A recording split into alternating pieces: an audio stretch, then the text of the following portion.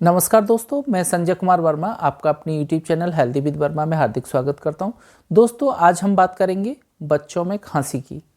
अगर कफ की समस्या है, खांसी की समस्या है, तो इसका बहुत ही आसान सा एक तरीका है जिसको आप उस बच्चे के अगर गर्दन पे आप देखेंगे तो यहाँ एक गड्ढा सा आपको मिलेगा। बस इस गड्ढे में ही आपको क्या करना है, 2 से 3 मिनट प्रेस करना है। इस तरह से ऐसे आप प्रेस करते रहेंगे।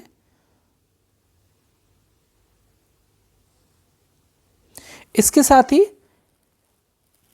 अगर ये जो जहाँ इसके एक शोल्डर हैं, अगर हम यहाँ भी इस तरह से प्रेस करते हैं तो भी खांसी में आराम मिलता चला जाएगा।